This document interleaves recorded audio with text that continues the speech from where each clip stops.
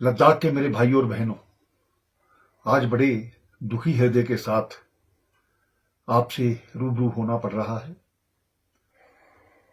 हम जानते हैं कि लोकतांत्रिक व्यवस्था में अपनी बात कहने का सभी को हक है और कहनी भी चाहिए, लेकिन कुछ दिनों से जिस प्रकार से हम जानते हैं लद्दाख में एक अनशन रखा गया और हम चाहते हैं कि अनशन एक लोकतांत्रिक व्यवस्था का एक पार्ट है, लेकिन पिछले एक दो दिनों से जिस प्रकार से लोगों को भड़काया जाना, नेपाल और बांग्लादेश के साथ उसकी तुलना करना, कुछ लोग हम आने वाले समय में आग लगा देंगे, ये कर देंगे, पॉलिटिकल पार्टीज के ऑफिस को करेंगे, लोगों के घरों में जाकर के उनको मारेंगे, ये कौन सा तरीका है?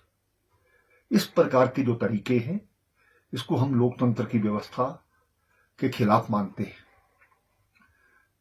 हम जानते हैं पिछले दिनों से जो एक मांगों को लेकर के बात चल रही है, केंद्र सरकार द्वारा इसकी बात मानी गई और ये कहा गया कि बातचीत को दोबारा से शुरुआत की जाएगी।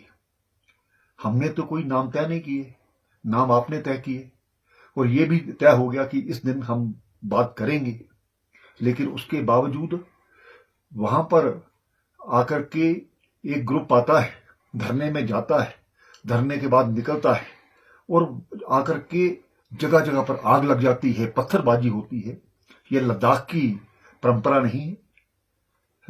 मुझे आशा ही नहीं पूर्ण विश्वास है कि जो लोग इसके पीछे हैं उनकी जांच तो की ही जाएगी, लेकिन वो इस लद्दाख के शांति व्यवस्था को खराब करने के लिए आए हैं, यहाँ का माहौल खराब करने के लिए आए हैं। जो आज कुछ जानने गई हैं वो उसके जिम्मेवार हैं। इस प्रकार के लोगों को बर्दाश्त नहीं किया जा सकता। मैं एक बार ये जो लोग भड़का रहे थे, मैं शांति व्यवस्था की दोबारा से अपील करता हूं और जिन लोगों ने आज के इस सभी व्यवस्था को खराब करने के लिए ये कोशिश की, जब हमने सुबह यहाँ पर सीआरपी पुलिस को डिप्लॉय किया था, सिर्फ ठीक है एक बंद का आह्वान किया गया उस व्यवस्था को बनाने के लिए, लॉ एंड ऑर्डर रखने के लिए।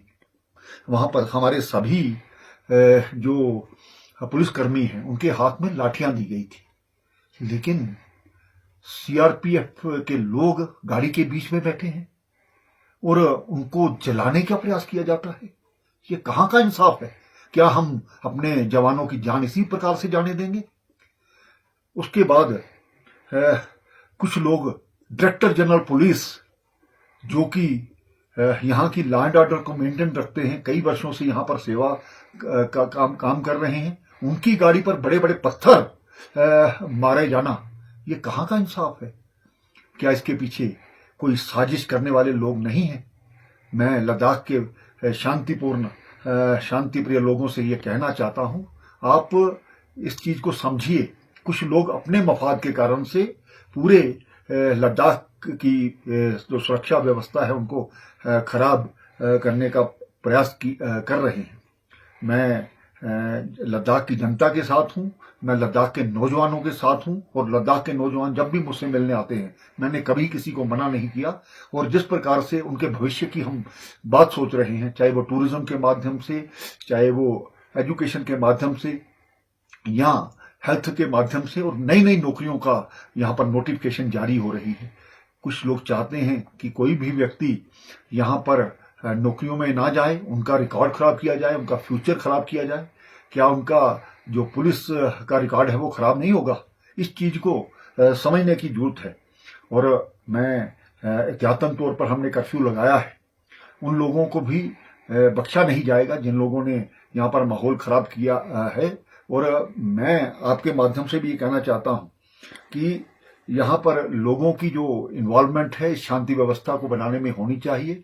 हमारी जो रिलीजियस लोग हैं, हमारे जो राजनीतिक पार्टियां हैं, मैं उनसे भी अपील करता हूं कि इस प्रकार के जो लोग जो उनको चिन्हित कीजिए, आइडेंटिफाई कीजिए और उनको रोकिए। आओ हम सब मिलजुल करके लद्दाख में एक शांतिपूर्ण व्यवस्था को कायम करें। जो एहतियातन थोड़ा कर्फ्यू लगाया गया है, जो लोग इसमें जिन्होंने जानें गंवाई हैं उनके परिवार के प्रति संवेदना व्यक्त करता हूं।